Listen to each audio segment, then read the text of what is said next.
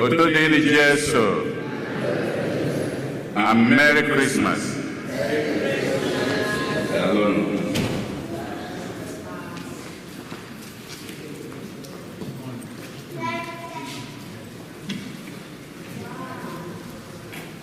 Tata woka ụtụtụ nke emume ncheta ọmụmụ Kristi afọ nke abụọ n'arọ ụka. Igbo Catholic Community ji obi aṅụrị ekene ezinụlọ anyị niile na ndị ọbịa niile n'ebe a tata na ndị niile nọ ebe dị iche iche n'akụkụ ụwa niile anyị na-aga achụ aja Maasị tata. Na aja nke Maasị tata Benu uche na ezinụlọ ya na-enye Chineke ekene maka amara ya n'isi ezinụlọ ya, wee na-ayọkwa ngọzi dị iche nchekwa ya na oriri ihe n'isi Eric Uche, onye nke na-eleta mgbe eji were nwa ya.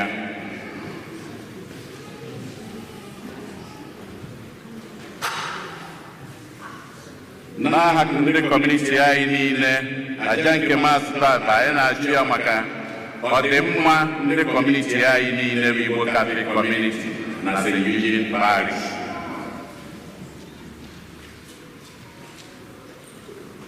Ezinụlọ Emelogu na-ayọ maka mkpụrụ obi nwanne ya nwoke nke rapụrụ ụnụ, ka mkpụrụ obi niile kwenụ gara aga.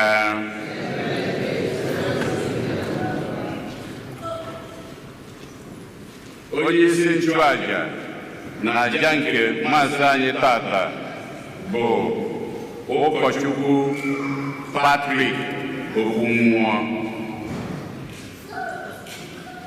Kịta ka anyị were aṅụrị na okwukwe tinyekọta ọnụ na okwukwe.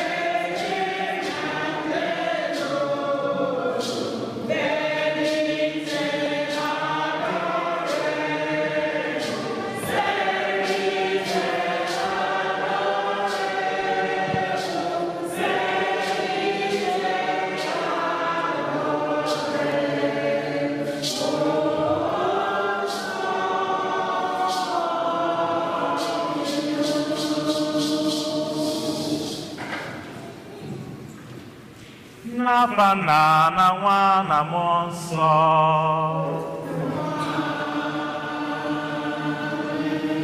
Ka ngọzi nke Onyenwe anyị Jesu Kristi na ịhụnanya nke Chukwu Nna na ịdịkọ n'otu nke Mmụọ Nsọ na-enye dịrị unu niile.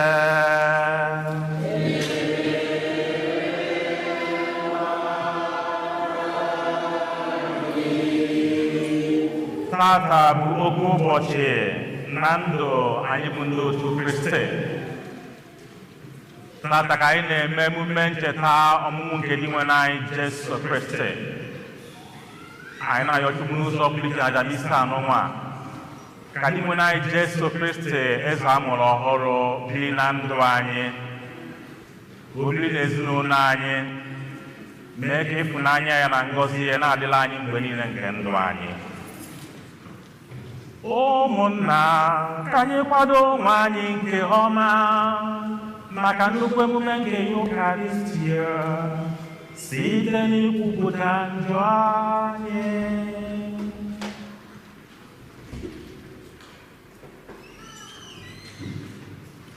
Ekwupụta m ngwa Chineke ji ike niile. Ụmụnna m,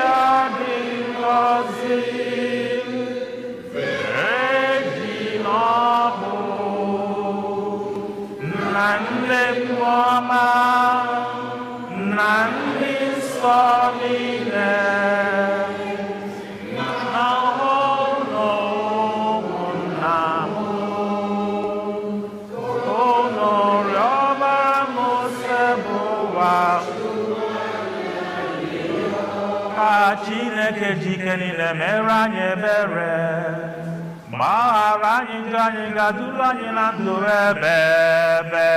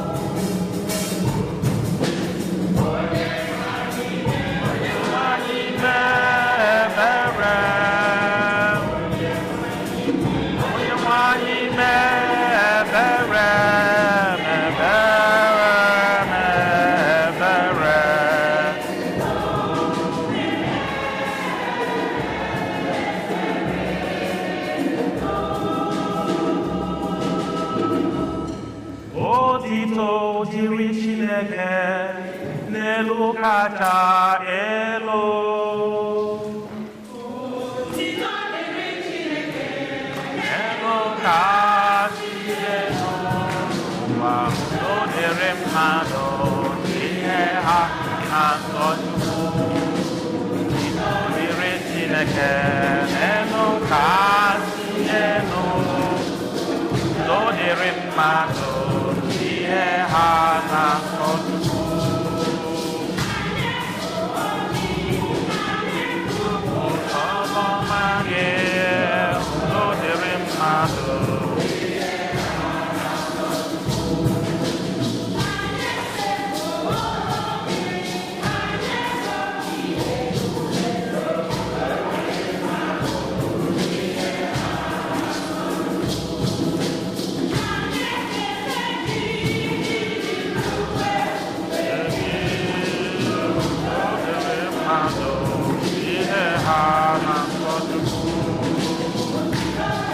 Chineke n'elu kasị elu nyere mmadụ ihe ha na-asọtụ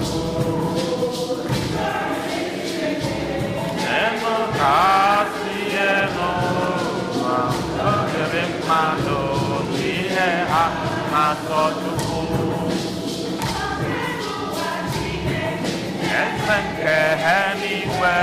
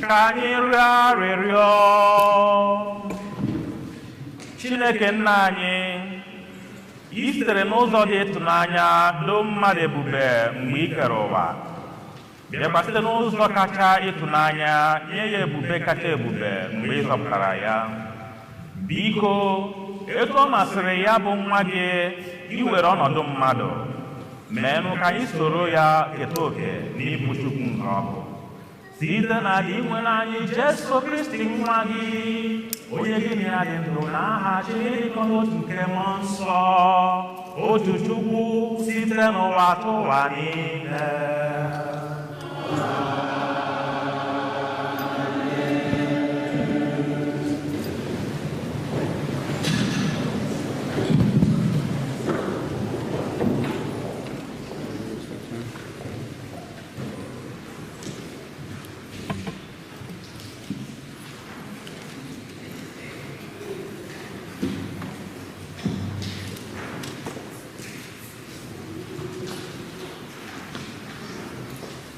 ihe ọgụgụ ewetara n'akwụkwọ onye amụma Aịzaya. Lee ihe Onyenwe anyị na-ekwusa n'akụkụ ụwa niile. Gwa ada Zayọn, lee,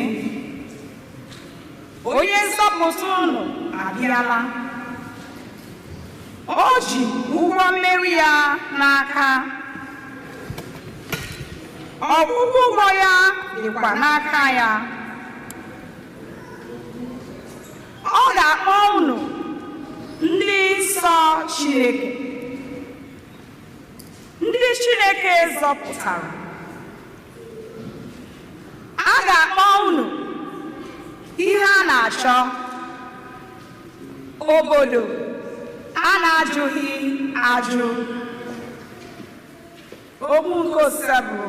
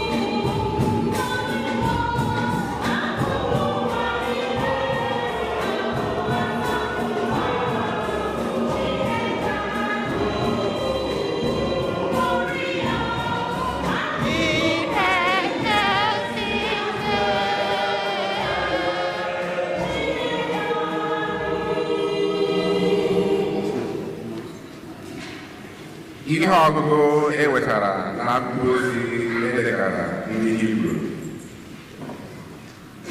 N'oge gara aga, Chineke gwara nna anyị ha okwu ugboro n'ụzọ dị iche iche site n'ọnụ ndị amụma, ma n'oge nke anyị nke bụ mgbe oge nọ n'ọgwụgwụ ya, ọ gwara anyị okwu site na nwa ya onye o zitere na ya mee ihe niile dị adị. Nwa ya ahụ bụ onye ọ họpụtara ka o rite ihe dum dị ebe, ya bụ ihe na-ewu kpamkpam nke ebube Chineke, bụrụkwa kpọmkwem onyinyo Chineke n'ihe dum o ji bụrụ Chukwu. Ike dị n'iwu o tiri ka ụwa ji kwụrụ ebe ọ hụrụ.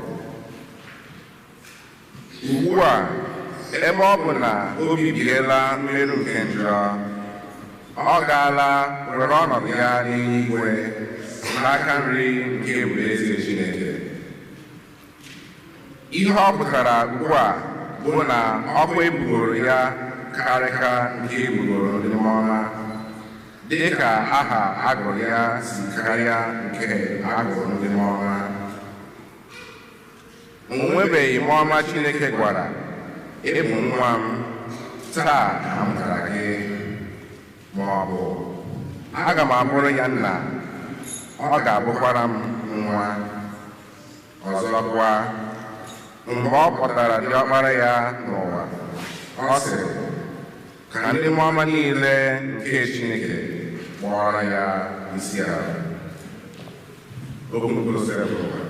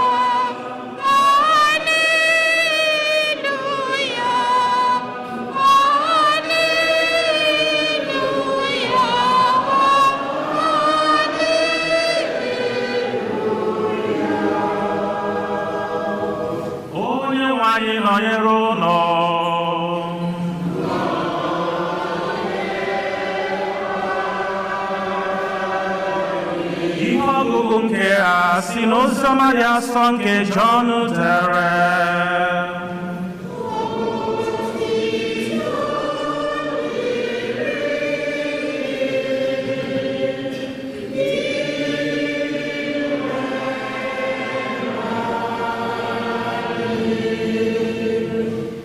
Okwu ahụ dị adị na mbụ, okwu ahụ na Chineke dị. Okwu ahụ bụkwa Chineke. Ya na Chineke dị adị n'isi mbido, ihe niile si n'aka ya dịrị. Ọ dịghị ihe ọbụla na-adị na-esighị n'aka ya dịrị. Ihe niile dị adị sitere na ya dị ndụ. Ndụ ahụ bụ ihe nke mmadụ, ihe nke na-acha n'ime itiri, nke itiri na-apụghị imenyụ. Ọ dị otu nwoke Chineke zitere, aha ya bụ Jọn. Ọ bịara ịgba akaebe, ịgbara ihe ahụ akaebe, ka mmadụ dum wee si na ya kwere. ya onwe ya abụghị ihe ahụ kama ọ bịara ịgbara ihe ahụ akaebe okwu ahụ bụ ezi ihe nke na-enye mmadụ dum ihe ọ bịara n'ime ụwa ọ nọkwa nọ n'ime ụwa nke siri na ya bido ma ụwa amaghị ya ọ bịakwutere ndị nke ya ma ndị nke ya anabataghị ya ma ndị niile nabatara ya ka o nyere ike ịbụ ụmụ Chineke ndị niile kwere n'aha ya ndị ọmụmụ ha na-esiteghị n'ọbara mmadụ ma ọ bụ n'ọchịchọ nke anụ ahụ ma ọ bụ n'ọchịchọ nke mmadụ kama o sitere na Chineke okwu emere arụ o wee binyere anyị hụrụ ebube ya nke bụ ebube ahụ o jiri bụrụ so otu nwa nke nna nke jupụtara na amara na eziokwu Jọn bịara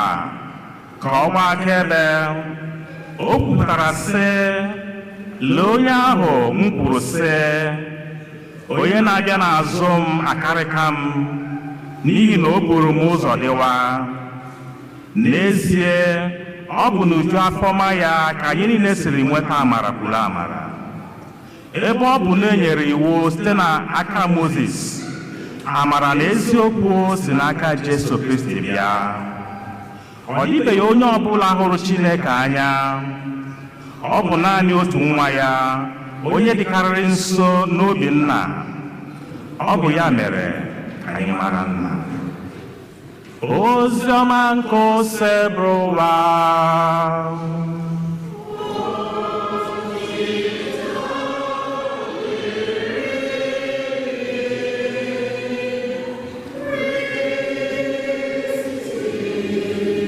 ka anyị si n'oziọma ya nụrụ nweta nzọpụta nke ndụ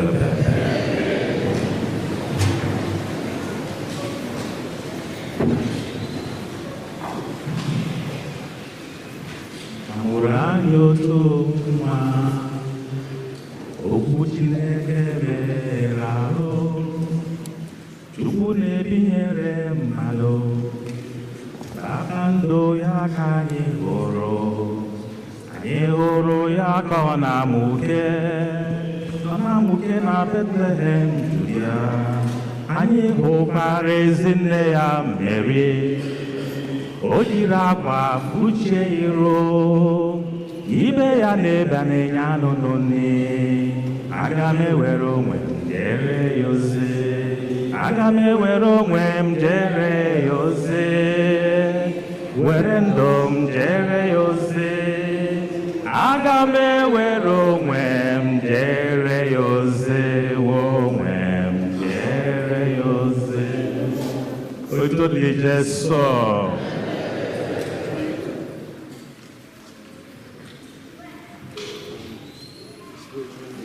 o nwere ezinụlọ zukọrọ ili olili nke Krismas ha wee zukọ na tebụl anwa ihe olili dị iche iche dị na ya ha wee si ofu nwatakịrị nwoke bụ ofu n'ime ndị ezinụlọ anwa ya kpee ekpere eji ebido ili nri nwatakịrị nụnwa obido ikpe ekpere obido kenebe Chineke ọ na-ekene Chineke n'isi mmadụ niile nọ na tebụl ahụ ili nri bido na grandpa grandma mommy daddy ụmụnne niile ma cousins ọ na-akpọ onye ọbụla afa ọ na-ekene Chineke n'afọ n'isi onye afọ ka o kenesiri Chineke n'isi mmadụ niile nọ na tebụl afọ obido ikene Chineke maka nri niile dị na tebụl afọ ọ na-akpọ nri niile afa afa nke ọ kpọrọ afa o kene Chineke osi Chineke anyị na-ekene gị maka green bean anyị na-eke Chineke maka nke nụnwa o kenegido Chineke maka nri niile dị na tebụl anwa ụfọdụ ofu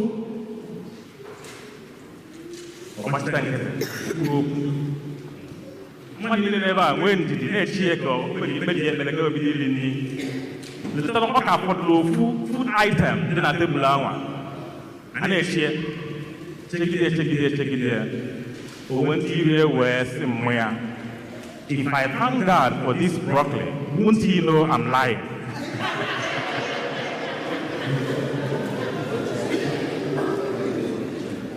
Onwe bụ na gịnị mere? I like raw fresh broccoli. Just as me too. I'm not going to broccoli. I got put it's you know. Ya bụ ụmụnne na Kristi, taata bụ ụbọchị ekene n'ụzọ pụrụ iche maka onyinye kacha onyinye nke Chineke nyere anyị nwapụ mmadụ, onyinye nke nwa ya bụ Jesu Kristi, eze a mụrụ ọhụrụ.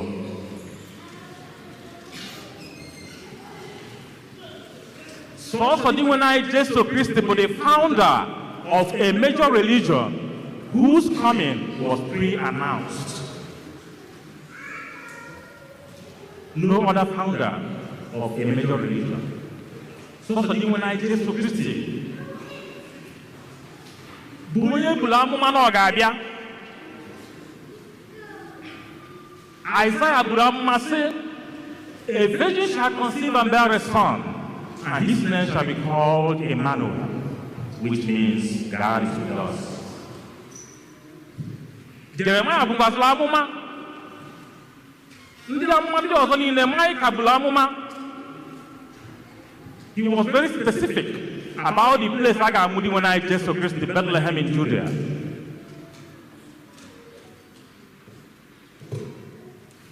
O wee bụ na mma niile a ha bụrụ mejupụtara nnukwu nnu arọ gara aga, over 2,000 years ago, on a day like this.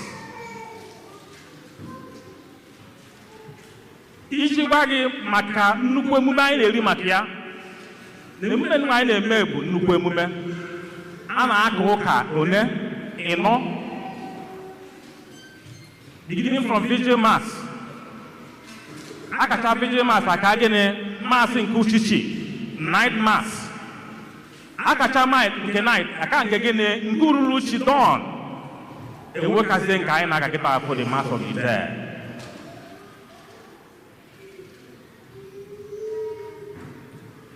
Na Mass ịtọ ndị gagolo aga, the focus na-abụ on the nativity of Jesus Christ, the birth of Jesus Christ and his infancy narrative.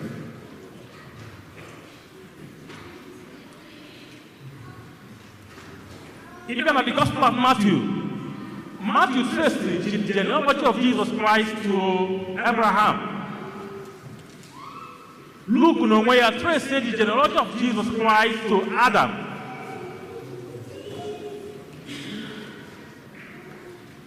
Na masị nke anyị na-aka ewetalụ oziọma nke John pụrụ iche. Ihe ọ na-ekwu maka ya abụrụ maka nativity or the birth of Jesus Christ. He moves away from nativity and takes it up to a different realm, the realm of mystery.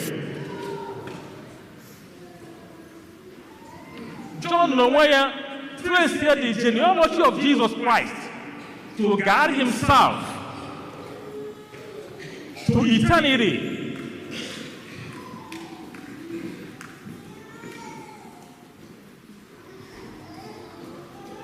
His focus was on the theology of Christmas, the mystery of nativity, the mystery of the birth of Jesus Christ, not necessarily the history.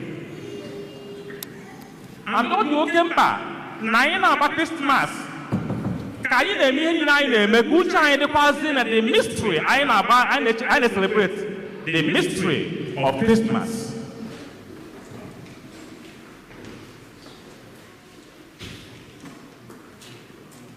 Ọ bụrụ na ị gee ntị ọfụma n'oziọma nke a gụrụ anyị, o nwere ihe John mere.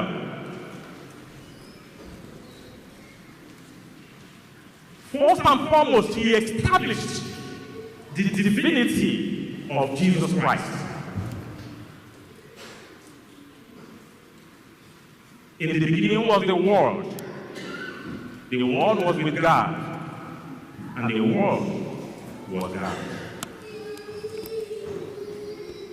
Okwu ahụ dị na mbụ, okwu ahụ na Chineke dị, okwu ahụ bụ Chineke. Ọ bụrụ na ị mmadụ ọsị, and then the Word took flesh and dwells among us. Okwu emere arụ obinyere anyị.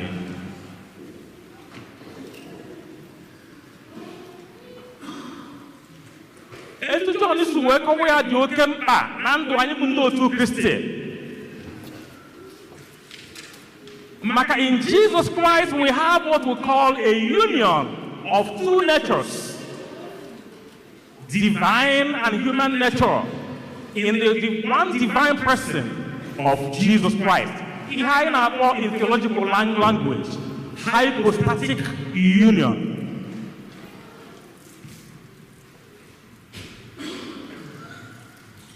Na n'ime gị nwe anyị Jesu Kristi, Chukwu na mmadụ mere gịnị jikọrọ ọnụ. In one substance.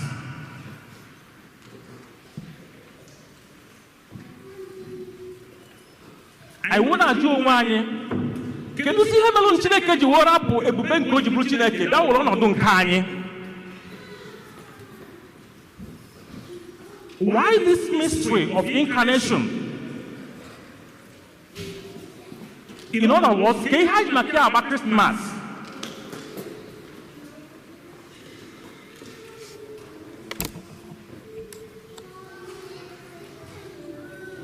John himself gives us the answer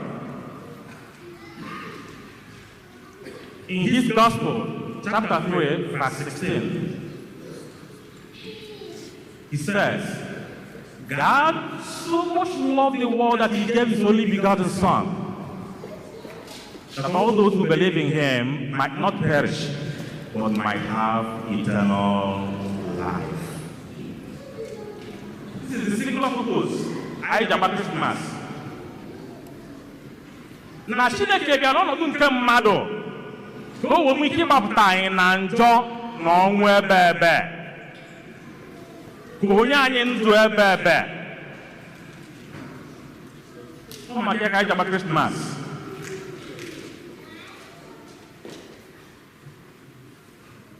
And I begin to imagine, kedu ụdị ịfụnanya Chineke nwere ebe mmadụ nọ?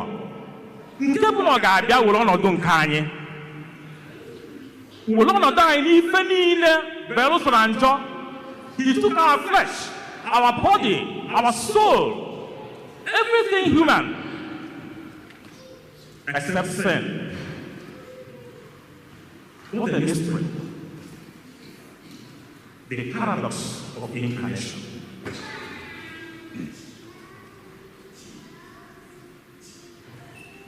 Na bala ni wona Jesu Kristi sani wona ọnọdụ nke anyị melụ ka anyị na-abụlụ ofu ka anyị dịka ya.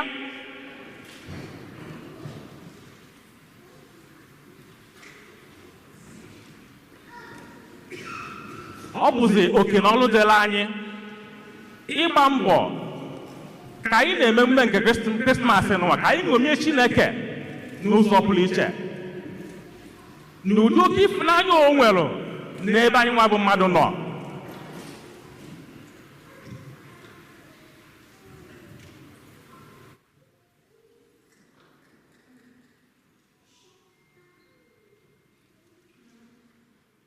This mystery of incarnation shows the unfathomable richness of God's love for each and every one of us.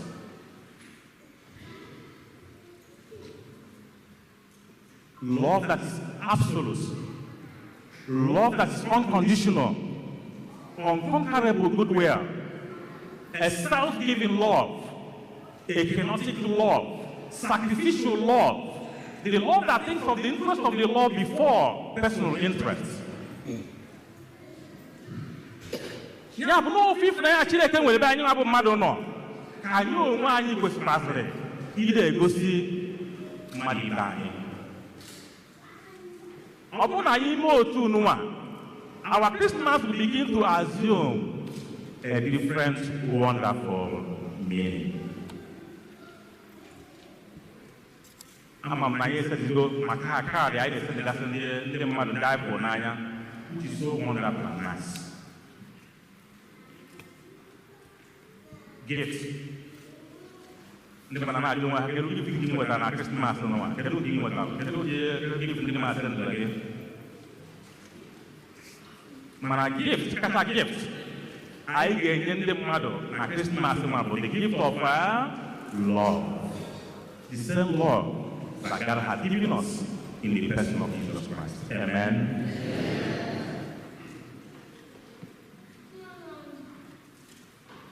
Mana ndị Latin na-asị, know that God non-harvest. You cannot give what you don't have. Ọ bụrụ na m enwere ịfụnanya nke Chukwu, mmadụ enyewu mmadụ ịfụnanya ka ọ bụrụ eziokwu. Ịfụnanya na-ekwu maka ebe a dị iche. Ịfụnanya na-ekwu maka ya bụ agape. That love that God has for each and every one of us, unconditional love. In this love, there is everything: forgiveness, mercy, generosity, name it.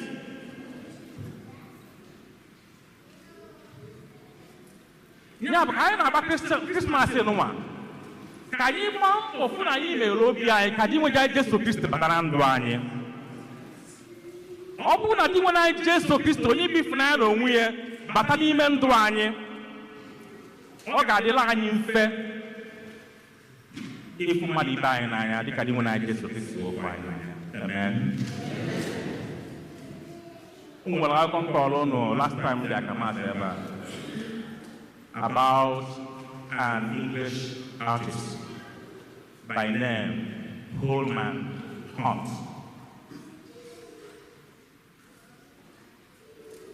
Holman Hunt, because still a very wonderful image of Jesus Christ knocking at the door.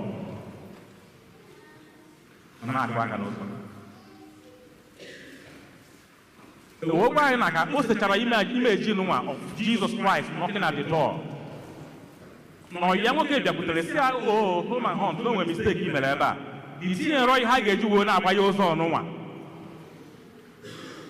Because if you didn't do not by your son, no one. Holman Hunt was here, well, I intentionally did not put the provision by which you can open this door from the outside. Now, only na akwa aka n'ụzọ ọnụ abụghị when I Jesu Kristi. Ụzọ a na-akwa aka bụ gịnị obi anyị. The door that leads to our hearts. That you cannot open this door from the outside. This door can only be opened from within. And also the key to my heart. Onye mgbapere megene ọbata. Did you want to just listen na akụ aka n'ọnụ ụzọ ọnụ ụzọ obi anyị? Na imeghere m ụzọ eme m gịnị abata m na ga abụrụ okwu liko nne. Na bụ ka anyị na-agba Krismas n'ụwa, di nwere Jesu Kristi na akụ aka n'ọnụ ụzọ obi anyị. Na-asị anyị meghere m ụzọ. Meghere m ụzọ, meghere m obi gị, meghere m ụzọ gị, ka m bata gọzie gị. Ihe banyere gị na-emetụ m n'obi, ọ bụrụ na anyị nwee ike ime ezi obi anyị nabata dị nwere anyị Jesu Kristi, then, only then, anyị nwere ike iji ịfụnanya bụ Chineke nwere ebe anyị nọ nke bizi na ndụ anyị wee nwee ike ịfụ mmadụ ibe anyị n'anya. Amen.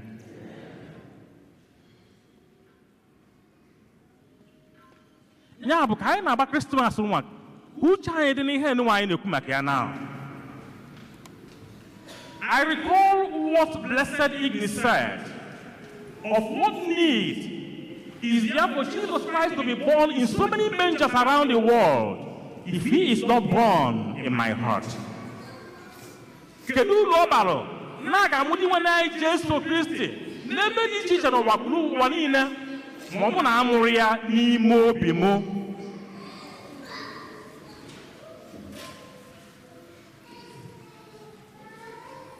Christmas also is a feast of the Emmanuel, of God is with us. Di nwanne anyị Jesu Kristi onye nwere ọnọdụ anyị binyere anyị oge niile n'ụzọ dị iche iche. N'ọnọdụ ọbụla anyị nọ na ya, di nwanne anyị Jesu Kristi bụ Emmanuel, ọ nọnyere anyị oge niile, ma n'oge aṅụrị ma n'oge afụfụ,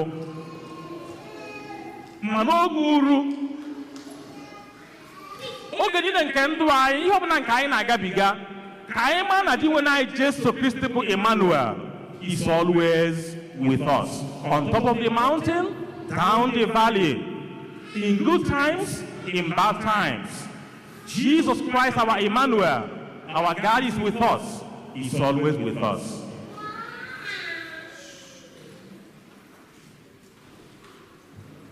Ya bụ na anyị ga-adị na-ayụ oge niile anyị nwabụ ndị nwe na anyị Jesu Kristi onye nwere ọnọdụ nke mmadụ nwee ike ịnọnyere anyị oge niile nke ndụ anyị, ọ kachasị oge ife na-esiri anyị ike, ka ọ gbanwee ọnọdụ anyị mee ka ọ dịrị anyị mma n'afa Jizọs Kraịst onye nwe anyị.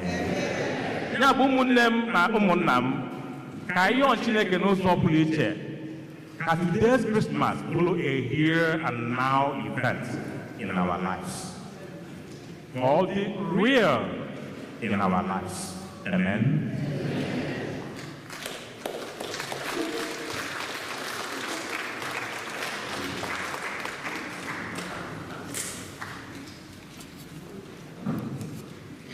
Ekwe m n'otu Chineke.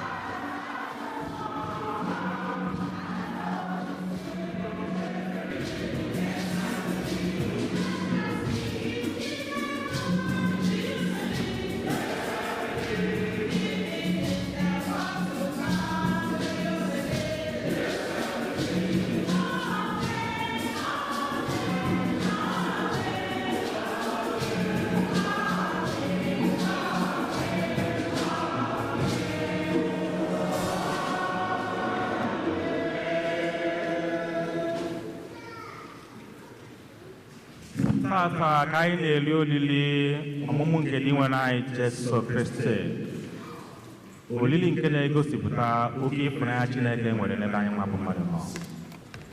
Ya bụ ka anyị bụrụ mkpa anyị niile che Chineke n'iru, onye ịfụnanya na-enwere ube n'ebe anyị nọ. Chineke na-azamụ, onye kere n'igwe n'ụwa zamụ, ọnwụnwa juru ụzọ m niile zamụ, ịjụ m onye ga-azamụ zamụ.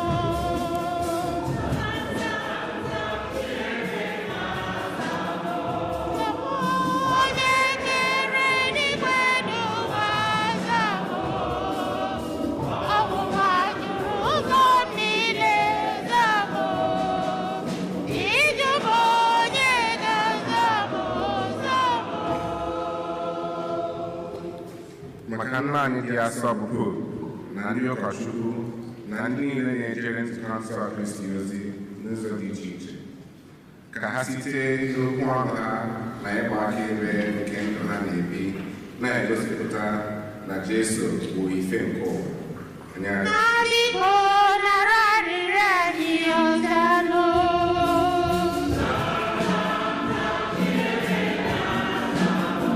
Onye kere eluigwe n'ụwa zamụ, ọnwụnwa juru ụzọ m niile zamụ, ịjụ m onye maka ndị ndu nke mba dị iche iche, ka ha tọhata udo ma na-egosi obi ebere n'ọrụ ha, yana na mmekọrịta ha na mmadụ ibe ha, mba na ibe ha. N'aligbo nara arịrịọ anyị ọzanụ.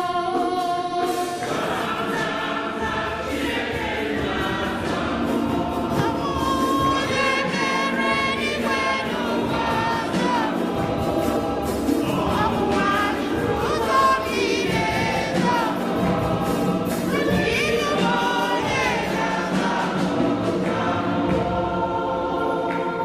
Maka ụmụaka na-eto eto nọ n'etiti anyị na n'ụwa niile, ka agụụ ige ntị na irube isi n'okwu Jesu na iso nzọụkwụ Kristi na-agụ ha oge niile. Anyị arịọ N'aligbo onye amamihe zanụ.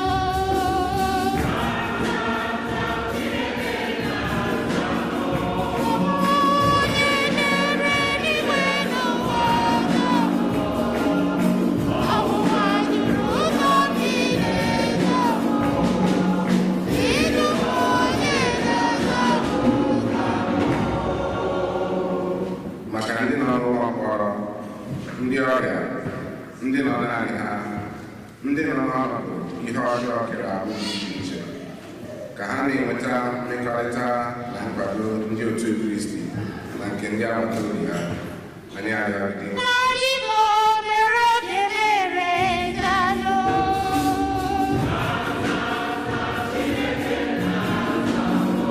Onye kere eluigwe n'ụwa zamụ, ọnwụnwa juru ụzọ m niile zamụ, ịjụ m onye ga-azamụ. maka anyị niile gbakọrọ n'oche nri nke Kristi tata, ka anyị meghee obi anyị na mmụọ anyị were nabata Jesu, ka ife nke Chineke dakwasị anyị na-agbaziri ụzọ anyị, ka anyị na-ebi ndụ dị ka ezigbo ndị otu Kristi. N'aligbo anyị na-arịọ gị ọzanụ.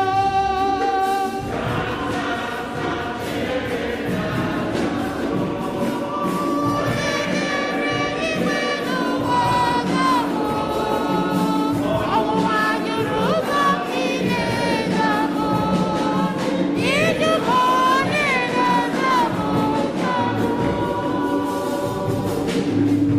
Maka ndị nwụrụ anwụ, ndị agha ha na-apụ ebere anyị tata, ka Chineke nye ha ezumike ebere na alaeze eluigwe, ma kasie ndị ọnwụ ha metụtara n'obi.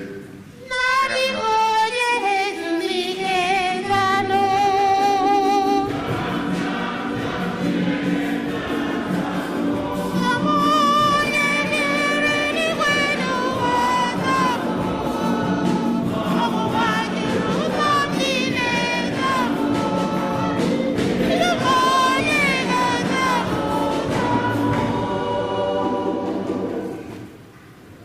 ịtụkwazị mkpa ndị ọzọ dị iche iche wee dị aja n'isi na ncheta ata ka anyị were na-acha na-eche Chineke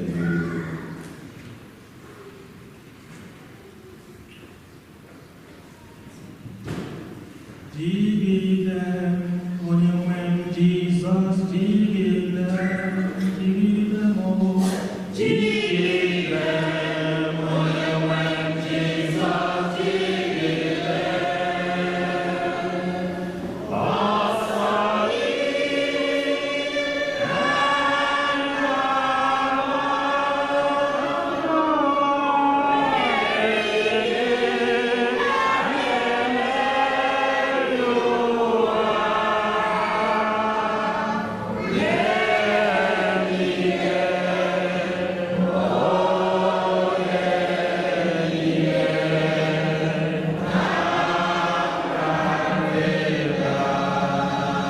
Chineke pụrụ ime ihe niile dị ebe ọ bụ site n'oke ịhụnanya ị nwere ebe mmadụ nọ ka iji wezụga anyị mgbe anyị Jesu Kristi onye bịara gbapụta anyị na njọ anyị na-ayọ gị biko site n'oke ịhụnanya bụ nke ị nwere ebe anyị nọ kedu nleda anyị niile ma bụ ole anyị ma niile n'okwu n'okwu n'aha Jizọs Kraịst onye nwe anyị.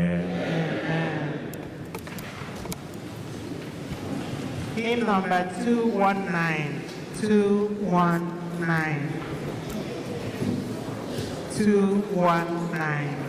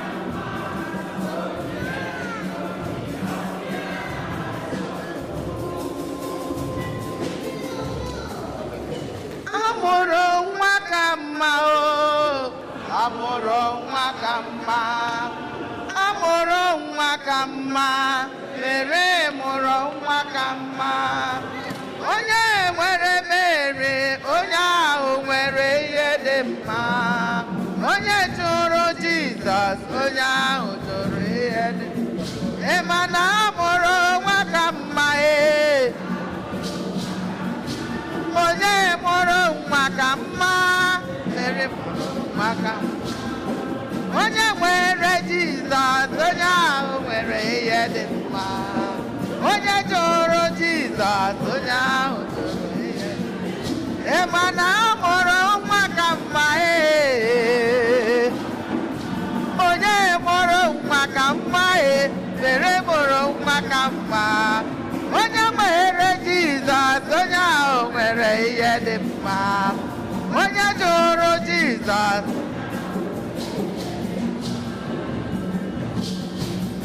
ebee ka amụrụ eze na anụmanụ ebee ka amụrụ eze m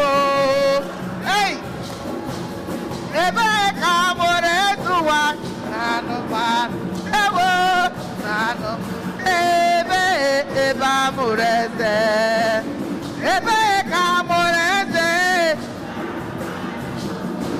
onye ntọ na-ezutenụ ya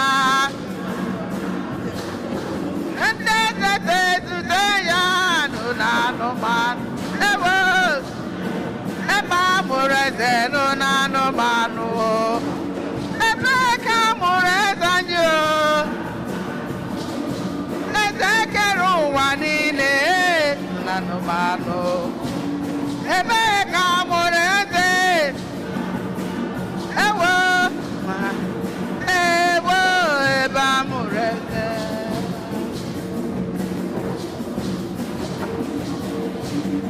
ọ gbara mụ keresimesi ebe onye nwanyị gọziri m o nyere m divine connection ọ gbara mụ keresimesi ọ gbara mụ keresimesi ebe onye nwanyị gọziri m onye divine connection ọ gbara mụ keresimesi ọ gbara mụ keresimesi ebe onye nwanyị gọziri m onye divine connection ogologo ndụ arụ isi ike o nyere m divine connection arụ isi ike nwa o nyere m divine connection anaghị eje eje na-ala ala o nyere m divine connection eriwe ọ naghị agwụ o nyere m divine o nyere m divine connection o nyere m divine connection ebe onye nwanyị gọziri m ọ gbara m ekeresimesi o nyere m divine connection o nyere m divine connection ebe onye nwanyị gọziri m ọ gbara m ekeresimesi Mary nwekwara divine connection o nwere divine connection ebe onye nwanyị gọziri m oke ekeresimesi agbara m ekeresimesi ọ gbara m keresimesi ebe onye nwanyị gọziri m o nyere m okorobịa dị mma eze Jizọs okorobịa dị mma anyị kwụkwa gị n'azụ okorobịa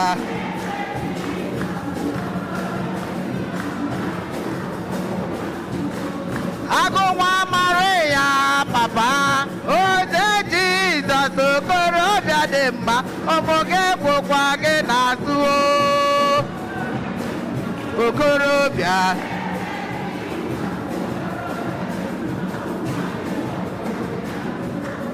okorobịa dị mma agụ na-eche mma okorobịa dị mma anyị kwụkwa gị n'azụ okorobịa dị mma ọkaka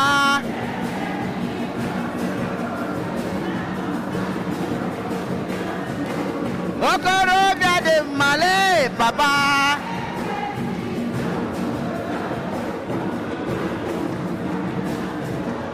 agụ nwa mara ya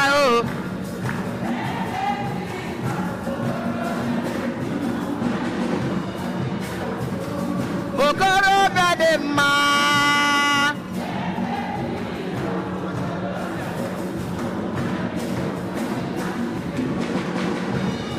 o kwesịrị nwanne m o kwesịrị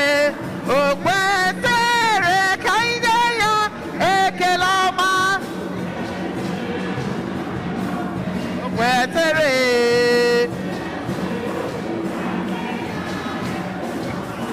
o mere onye ọgbikwa ọkpọ onye ngwara gị jee o mere onye agatụ ime ka anyị nye ya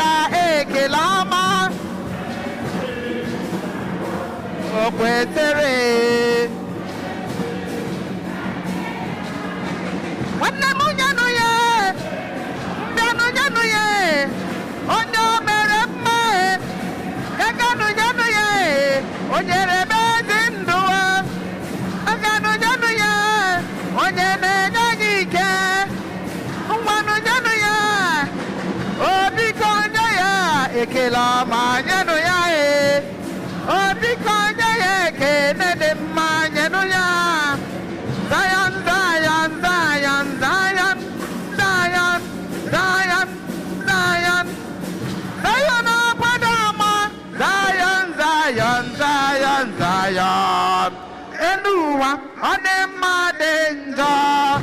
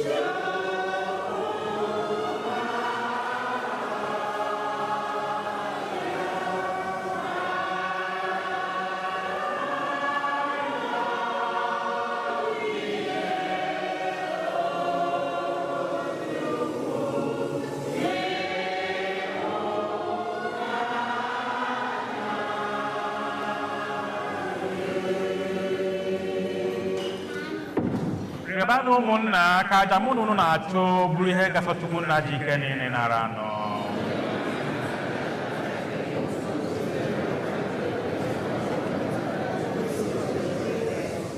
Di nwenụ biko nara onyinye anyị na-ebutere gị na nnukwu oriri nke ụbọchị taa.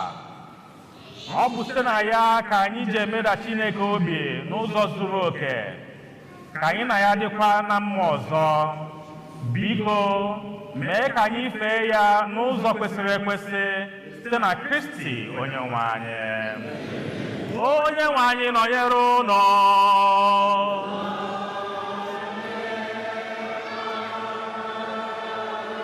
Welite n'obi elu.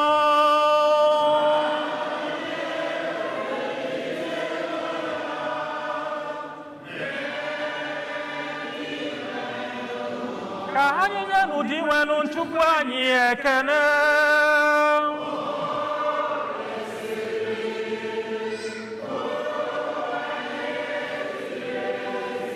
O kwesịrị ezi bụrụkwa ihe ziri ezi n'aha azọ ndụ na anyị ga-enye gị ihe ekene oge niile n'ebe niile.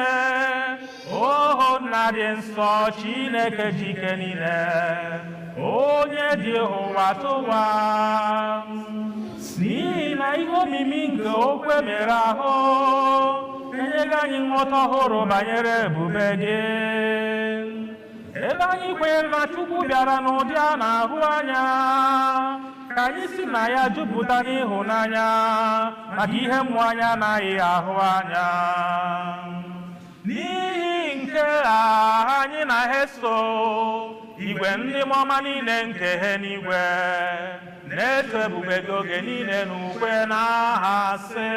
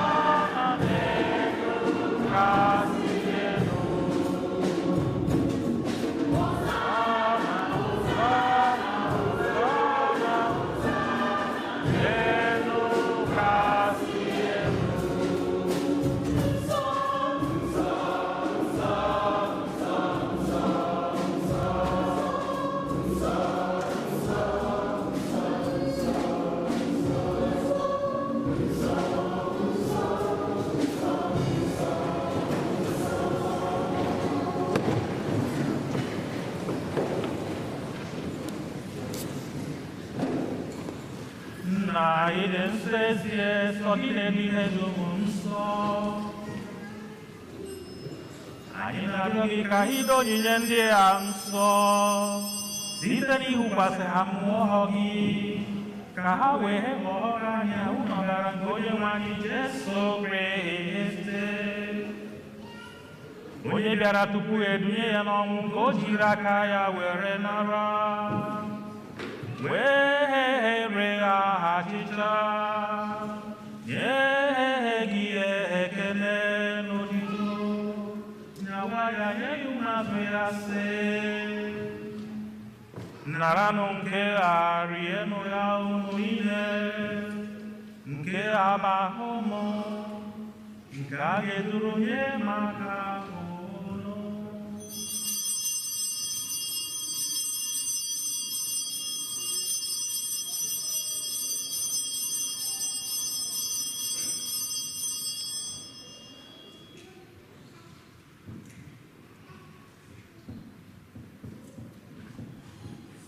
Otu ọkwa ka o si na mgbe ha richara nri anyasị, o buru iko mmanya, nyekwa gị ekele n'otuto, bunye ya ụmụazụ ya sị,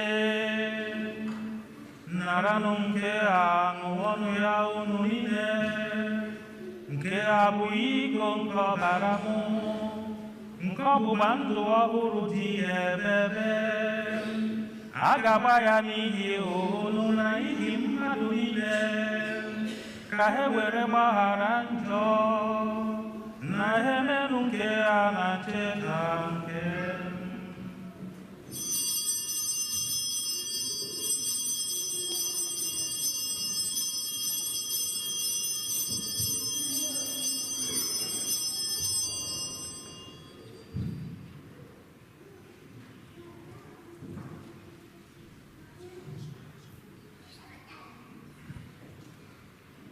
ka anyị kwupụta na ihe omimi nke okwukwe anyị na-eme ugbu a.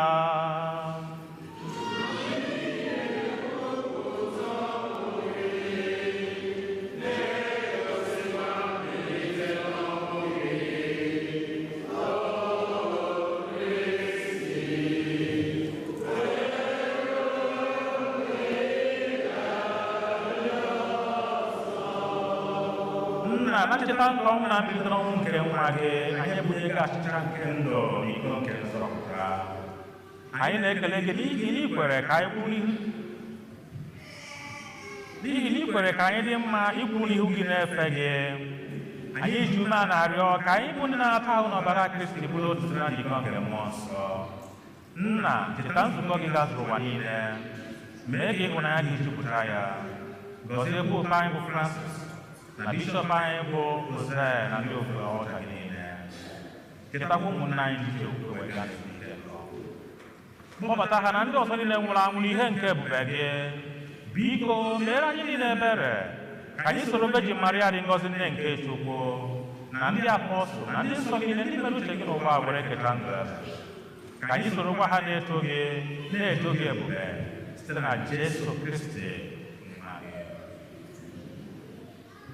Ihe niile kere eke na-eso ya bụ Kristi, na-esikwa n'ime ya na n'aka ya, na ịdịkọ n'otu nke mmụọ nsọ, na-enye gị bụ Chukwu nna dị ike niile, nsọpụrụ na otuto niile, site n'ụwa tụwa niile. Haleluya!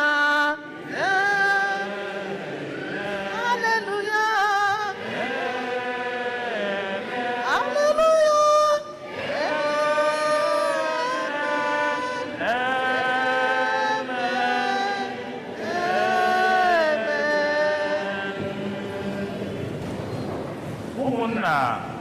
Ka anyị bụrụ na ebere onye nzọpụta anyị kụziri anyị were kpọkuwe Chukwu Nna.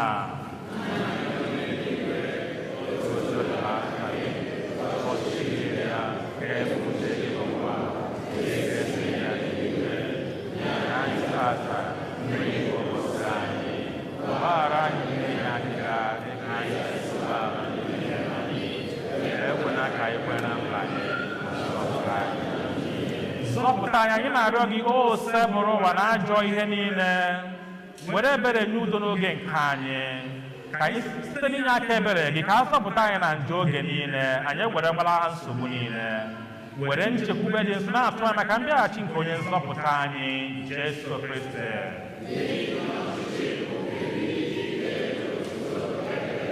onye nwe anyị Jesu Kristi onye gwara ndị apọstụl gị udo ka nna hapụrụ n'udo nke m ka m na-enye ụnụ elekwala ya na njọ anyị kama lekwasị ya n'okwukwe nke nzukọ gị nye ya udo na ịdịkọ n'otu mgbe niile ka uche gị siri chọọ gị bụ onye dị ndụ na-achị ebe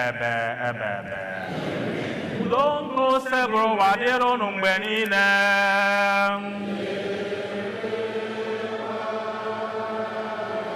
Ka anyị nyerịta n'onwe anyị ekene nke udo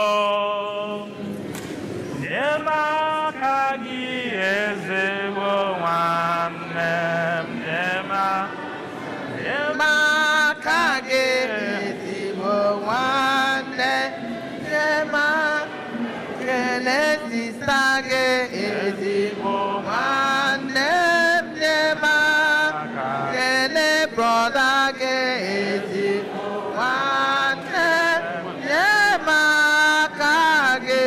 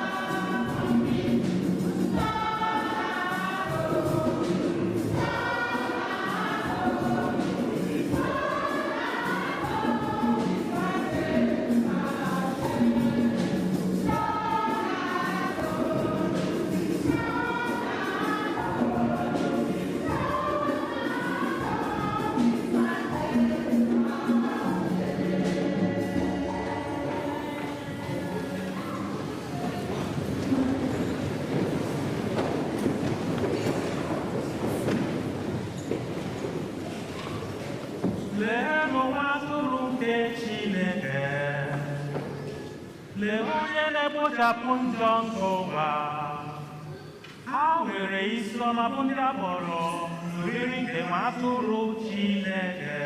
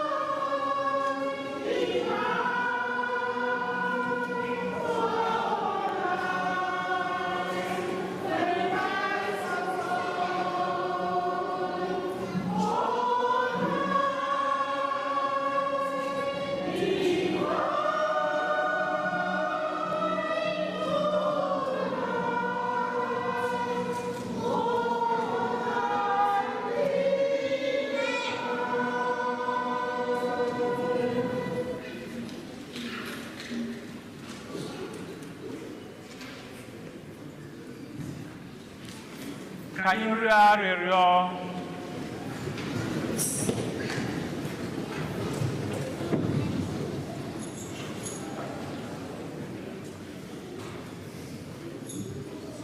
Chineke nna nke ebere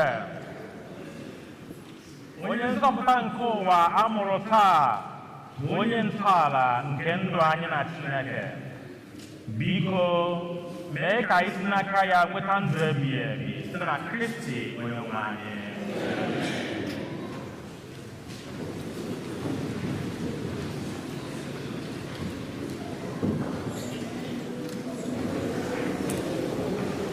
Biko ka anyị kụpụrụ na-edekwa ya aka na ha na-agbalịkwanụ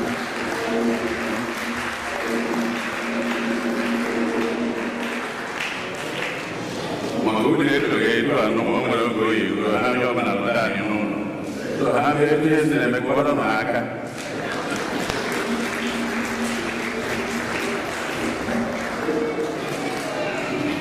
kịta anụ na-arịọ ndị ọchịa nke a bụ kalenda parish anyị nwampe famili ka o zuo onye ọbụla ndị ọchịa bụ unu kebie kịta kwara a na-ama ọgwụ na-aga ọchịa ọ dị n'azụ ka a gaba ozugbo ka ha na-aga n'ihu ka nna akpọ maazị ọbịa ka ọ pụtara na o nwere okwu ọ ga-agwa anyị.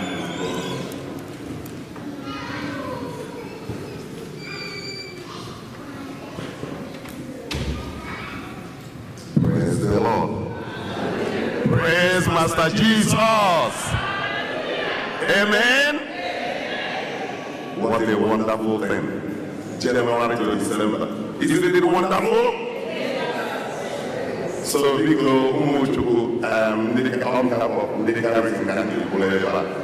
when I'm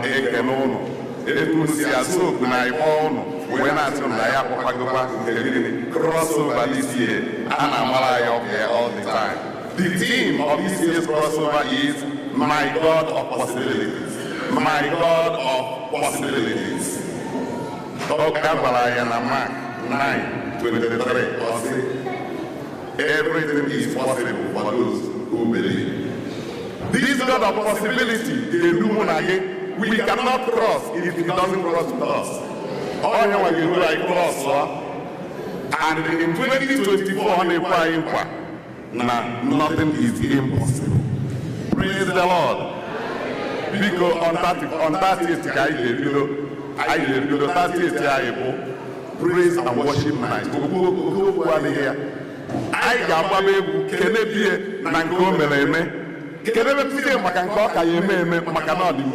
amen.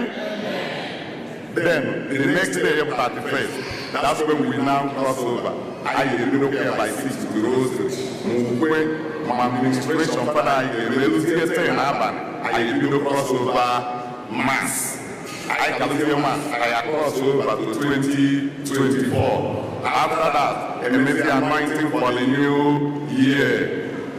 Big God, there is no other place you can cross over, if not in the house of the Lord. 12-story building can is 12 months. The foundation has to be strong. Come, let's start strong so that we can finish strong. Praise the Lord.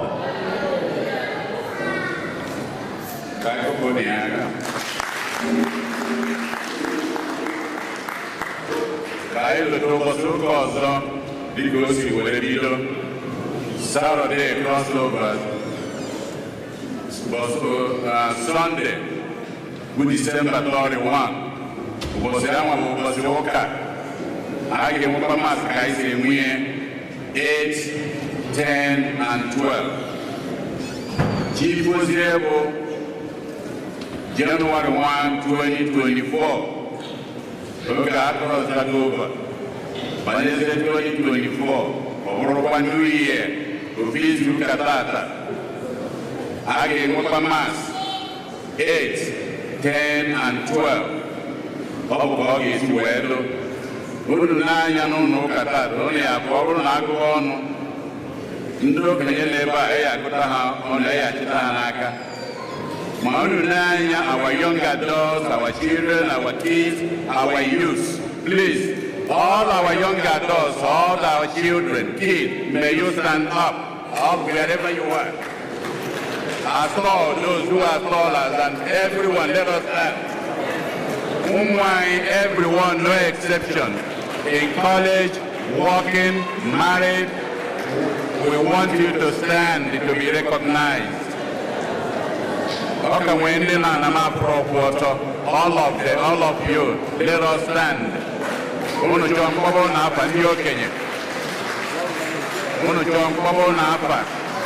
We stand up. Umuaka are here to stay and they are making this place our own. Let's give them a hand again. Now you can sit. Thank you. If today is the first time you are worshiping with us, first time worshipers, if today is the first time you are worshiping with us, please may you stand. Oh my God, look at them, they are here, they're all around, first time worshipers. Let's give them a hand. You are welcome anytime you are around.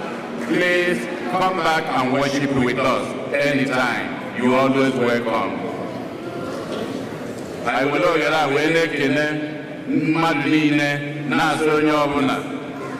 Merry, Merry Christmas. So, Naba, I lady, I wear wayo. I know, I wear wayo. We're not Padon Wanyapa. We're not Padomaka, we look at our way, they can Okochuku, Kekalanya, Okata, Tatuanye, Okochuku, Patrick, Okumo, Kakoloniaka.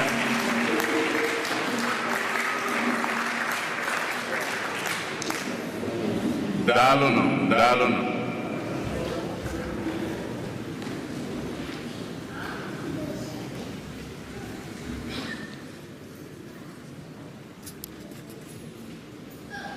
A very, very happy Christmas. Onye wanyi no yero no.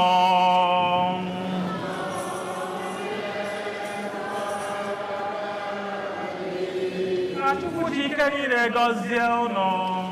Nna na nwa na mmụọ nsọ.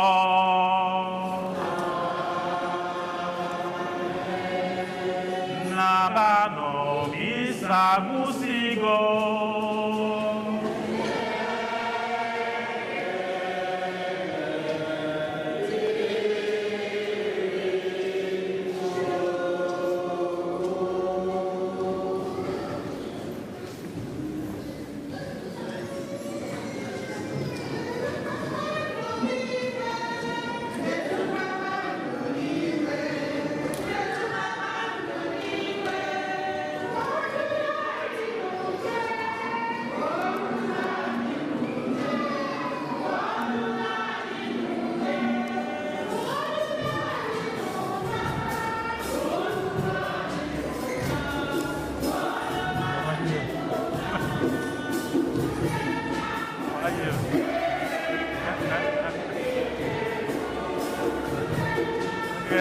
God bless you,